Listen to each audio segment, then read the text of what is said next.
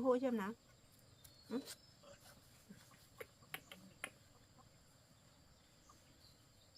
Này, muốn xuống nhé, mình muốn xuống nhé.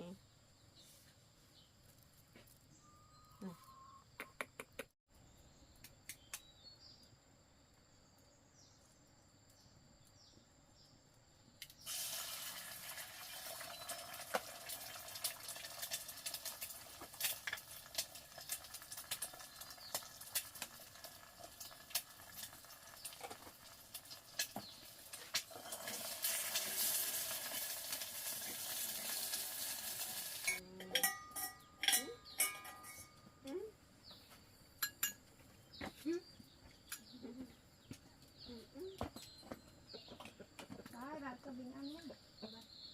Yeah, mình ăn nhé.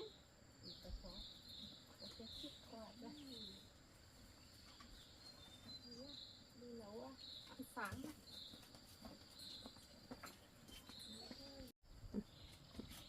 Đây này.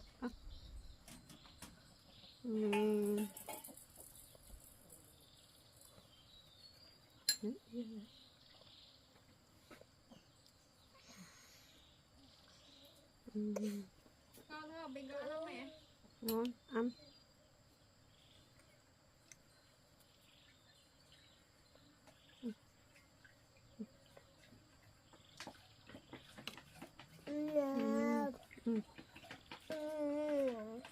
Bình ăn ngon thế nhở?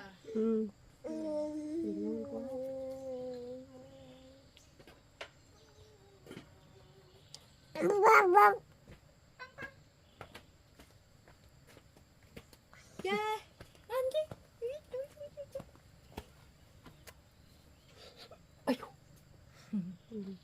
Ngon quá. Bình chỉ thích ăn đồ cứng thôi. Chưa nốt. Để giấy nhá. Đấy. Ây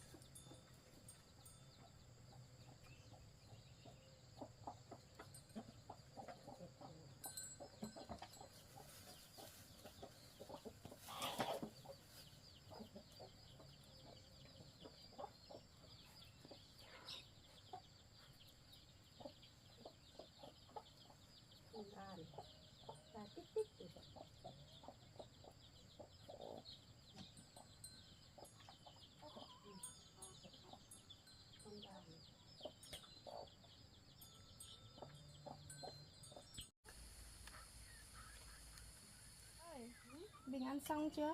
Mình ăn xong rồi. Thế mẹ cho Bình vào nhà xe đi, xong vào đây ăn sáng đi. Ở xe nhá.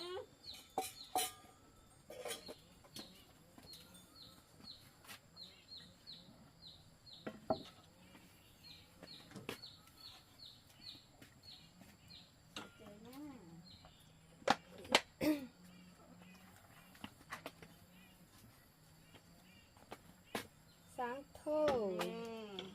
Nè. Bình ơi, anh chơi chứ. Đây chứ. Đây. Đây nha. Anh chơi. Anh chơi. Được. Mình đi nhanh thế.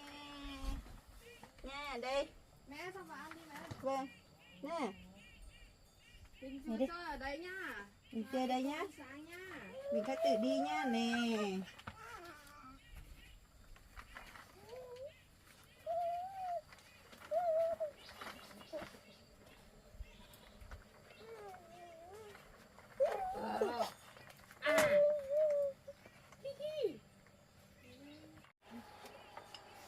Tối qua con liên lạc với anh Hải rồi. Anh Hải bảo là lúc nào đến dưới nhà mẹ thì điện thì mình xuống nhé. Vâng.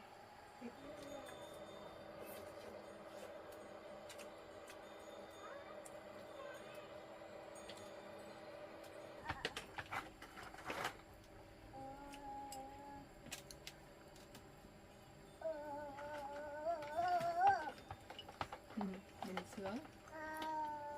Ơi. Bye. Bye. Bye bye. Nè.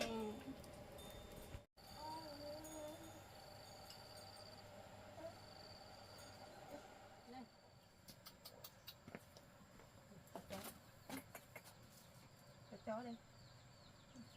Cho ăn nhanh thế nhỉ? Đây, mẹ uống thật sự. Cho bé ăn chuối nhá.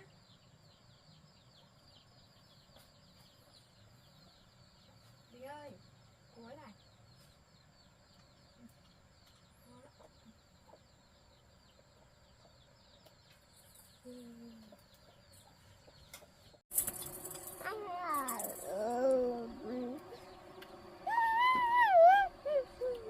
Ngon đấy nhỉ. Mẹ uống đi mẹ, sao lấy chuối ăn. Chuối thơm.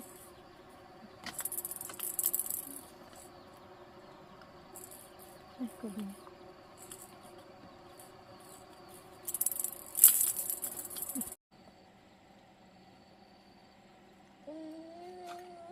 To quá, to quá.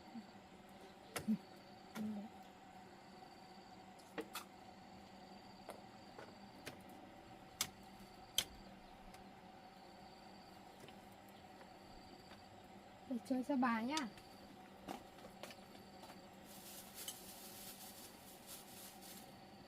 Được. Chuối ngon á, thơm. Con Hoan. Mẹ ăn đi, con thì ăn đấy, Bình nó ăn hết. Đấy, của Bình đây mà, đấy của bà mà. Bình đấy. Đây, đây, đây. Bình điệu gì đấy? Đây. Bình điệu gì đấy? Đây. Yeah. Yeah. Đấy nhá.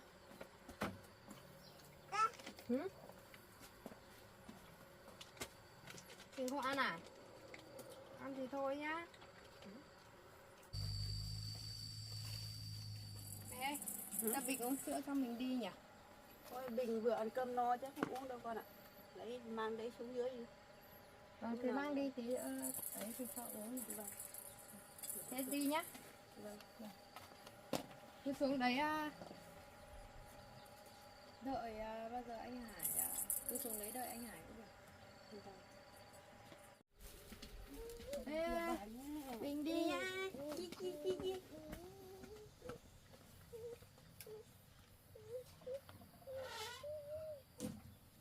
Nắng quá.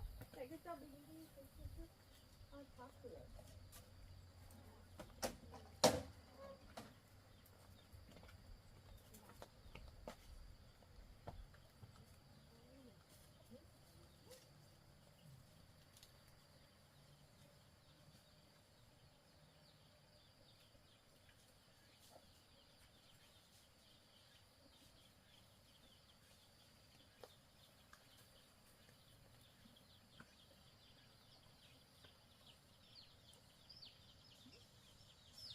Ê.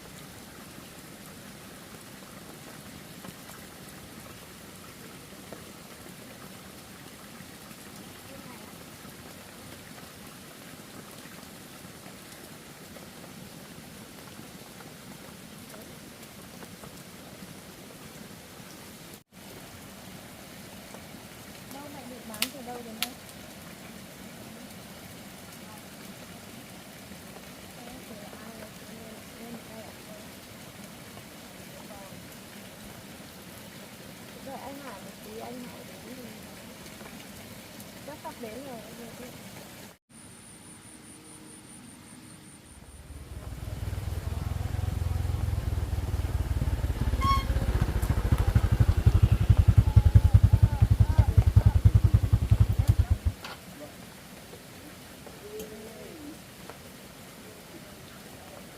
Nó cũng bán cái mảnh đất nào?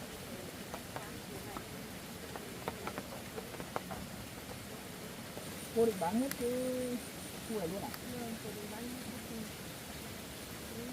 Mảnh đất này đẹp quá nhỉ, có cả ao sẵn xong rồi có nguồn nước nữa. Cháu quen ai mua đất trong này à? À vâng, bạn cháu muốn mua đất trong này ở cho yên tĩnh, không khí nó trong lành mát mẻ. Nhưng mà hôm nay bạn cháu lại không vào được vì đang đi công tác chưa về. Vâng, để cháu bảo cháu vào xem trước hộ xem như thế nào. Cháu đi cháu bảo bà cháu đi theo đi. Nhưng mà cô có việc gì là phải bán đất đi không?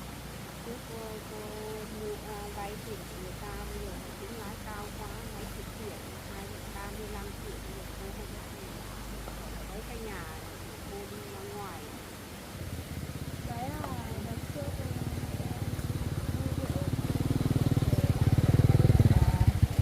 đợt mà mẹ em để em ra khỏi nhà ấy, con vay từ đợt đấy. À, Bây giờ mẹ em cũng thay đổi rồi nhưng mà lỡ nợ nần rồi thì cũng không có tiền để trả. Em thì cũng tích góp được một ít nhưng mà cũng không đủ được. thì nợ bao nhiêu tiền? 25 triệu à? Bảo nợ 25 triệu nhưng mà lãi 10 triệu cũng là 35 triệu. Sao lại cao thế nhỉ? Nói chung là chắc vay hội nặng lãi rồi. Anh cũng muốn nói như này, ý là trước đợt từ đợt em trông trang trại cho anh đến giờ cũng được 4 tháng rồi thì anh cũng chưa trả cho em được đồng nào. Nhưng mà anh cần tiền thì anh sẽ trả cái tiền đấy trước cho em. Nhưng mà xem nào trả hồi mẹ em chứ bây giờ bán đất đi làm gì, sau này còn dùng đến chứ. Nhưng mà cũng không trả hết đâu, mình lãi cao như thế mình không được cái này, mình phải thương lượng với họ, không được thì phải đi báo công an hết. Nói chung hôm nọ em cũng nói chuyện với họ thấy họ hung hăng lắm nên là chắc cũng không giải quyết tình cảm được anh ạ. Thế để tí nữa xem anh với mẹ em nên nói chuyện với họ xem như nào. Bảo họ giảm cái ít lãi chứ lãi cao là không được đâu. Hay là thì bây giờ nếu mà anh có thì anh sẽ anh trước cái tiền công đấy thì em không lấy đâu, anh cho cô cháu em ở là em cảm ơn rồi. Thì anh cứ cho em mượn trước, nào có thì em gửi lại cho anh sau.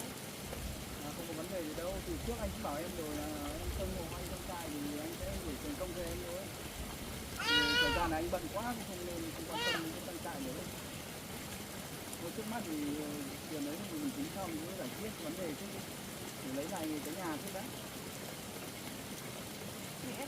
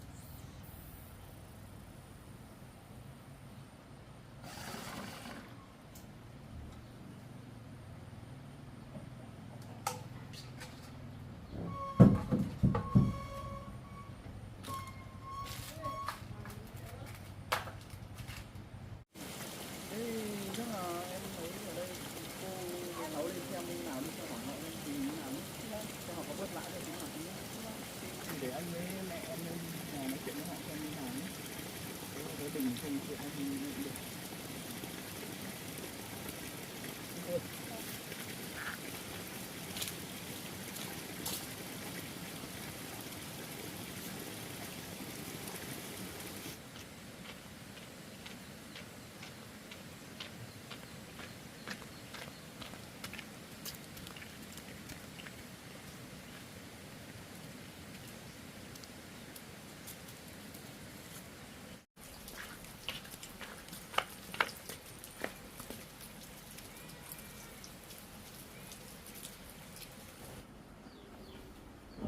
Chào anh nhé.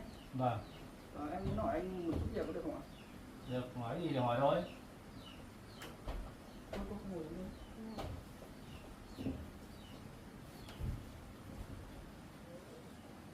Tôi là anh em của nhà cô ấy thì nghe cô ấy bảo là có vay của các anh một số tiền thì có thể là bao nhiêu anh nhỉ?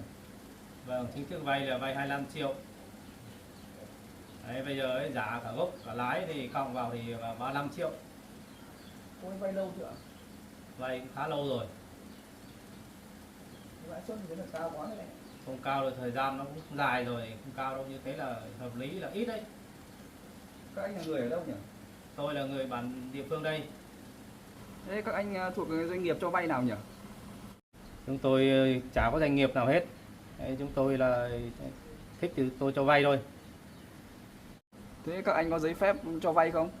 Chúng tôi chả cần giấy phép gì hết. Đấy, có chữ ký của người vay là được. Thôi lúc cô vay cô có ký giấy tờ gì cho người ta không? Anh còn giữ cái giấy tờ đấy không, cho tôi xem một chút được không? Có được mà, miễn phí luôn.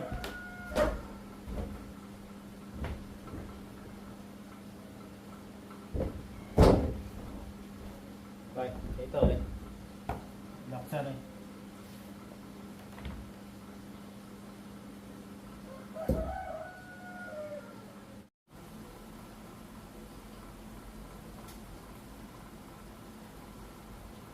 Anh cái giấy tờ này là không có chứng nhận của cơ quan pháp lý nào. Các anh làm như này là sai pháp luật đấy. Tôi không cần biết. Theo như trong này thì cái lãi suất nó rất là cao. Nếu mà đưa ra pháp luật thì là anh đang phạm tội đấy. Bây giờ anh xem làm nào có thể giảm đi một chút lãi được không thì hai bên giải quyết cho nó êm xuôi ấy.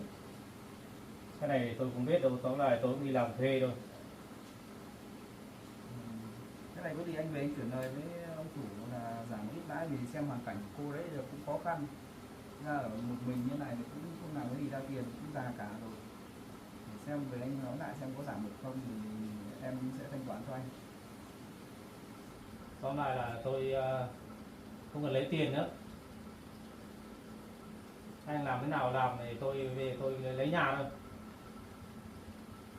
Nhà như thế các anh nhà ép cô ấy ký nhận chuyển nhượng nhà chứ cô đấy có tự nguyện đâu. Như này mà đưa ra pháp luật thì các anh phải chịu đấy. Tôi còn biết, tóm lại bây giờ tôi lấy nhà. Vâng, cái này chắc là chúng ta phải nhờ pháp luật vào cuộc thôi, không giải quyết tình cảm được rồi. Thế để cứ đi báo công an thôi, để làm việc thôi, để xem thế nào. Đi cô.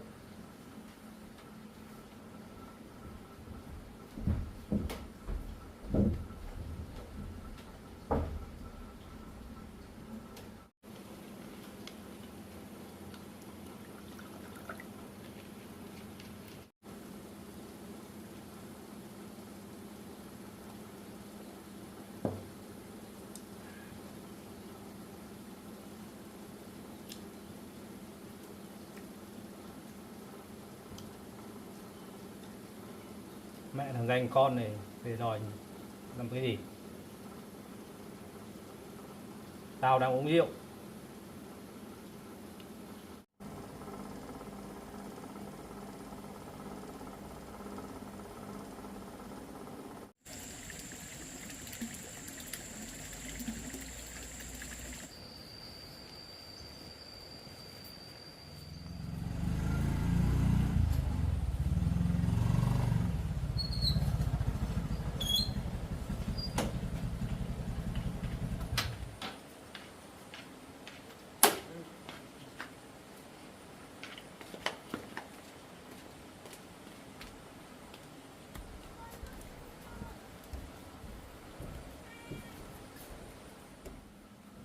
giới thiệu với anh tôi là cán bộ tuyên xã xuống đây để mà giải quyết vấn đề tranh chấp theo như sự trình báo của anh này. Tôi không biết, không có tranh chấp gì cả ở đây. Nghe nói đây là cái sự việc liên quan đến tài sản của nhà cửa của cô này nên là tôi xuống đây. Anh có thể nói rõ cụ thể hơn một chút, chúng ta cùng giải quyết cái công việc cho nó thuận lợi cũng như là công bằng cho cả hai bên. Thế cái sự việc vay tiền là như thế nào? Anh có thể nói rõ để tôi nắm rõ được. Thời gian trước ấy thì bà ấy có vay tôi 25 triệu. Bây giờ thì tôi cả gốc và lãi là tôi tính 35 triệu. Thì cô có cái sự việc như thế không? Tôi cũng vay 25 triệu nhưng mà lãi lên 35 triệu, bây giờ nó quá căng, lãi quá cao thì không trả được. Có phải sự việc như thế không anh? Lãi cao đâu mà cao. Để lúc vay thì đã thỏa thuận với nhau rồi. Nên tôi cũng bảo là trả cho các em thôi, mà các em nó tôi chưa có, các em ép tôi quá rồi lấy cả nhà tôi. Theo như tình hình tôi nghe câu chuyện thì tôi cũng hiểu qua rồi. Thế sao anh lại thì cô ấy xin vài hôm bắt đầu mới trả thì sao các anh lại không cho? Với lại thì biết thứ hai là các anh cho vay như thế là lãi cao hơn quy định của pháp luật, các anh đang vi phạm pháp luật nghiêm trọng. Với lại thứ ba là các anh, tôi nghĩ là cái tình huống này là các anh có sự chiếm đoạt tài sản của nhân dân, của nhà cửa. Cái này là sao vậy? Cái này thì chúng tôi thì cũng đã có giấy chuyển nhượng nhà thực tế. Đâu Và để tôi xem cái chuyện của các anh.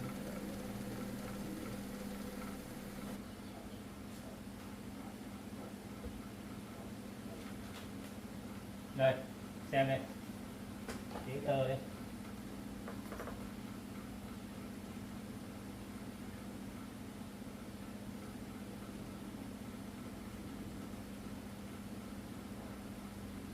Đây có phải chữ ký của cô? Chữ ký của tôi mà còn giấy là nó đồng cổ tôi xuống mà cho tôi ký đấy. Thế cái chữ ký chuyển nhượng này có phải là các anh ép cô đấy ký không? Làm gì có chuyện ép, bà ấy tự ký mà. Anh định vô khống cho tôi à? Rồi tôi sẽ làm Không phải đâu anh ạ. Tôi có hình ảnh cụ thể đấy, có camera ở đây tôi trích xuất ra rồi.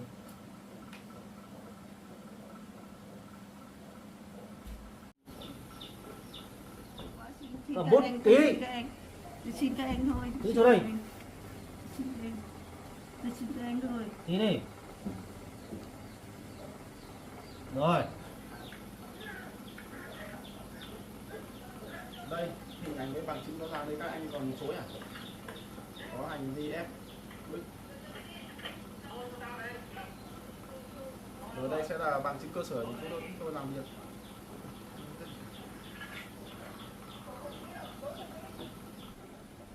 Tôi không phải là người cho vay, tôi cũng đi làm việc cho ông chủ thôi. Về cái vấn đề này bây giờ cùng nhau đến ủy ban giải quyết sẽ rõ ràng. Còn cái hành vi của anh như vậy thì ép bức người dân để mà ký vào chuyển nhượng cái tài sản như vậy là các anh cũng đã vi phạm pháp luật rồi, mặc dù các anh không phải là người cho vay tiền nhá. Đấy là cái vấn đề vi phạm pháp luật rất là rõ ràng. Thì bây giờ tôi mời anh đi với tôi lên trên trụ sở để làm việc nhé. Sau thì anh cũng chủ động liên lạc với ông chủ của anh lên để mà có cái cơ sở làm việc luôn. Vâng, nhất trí thôi. Anh đưa cô này lên.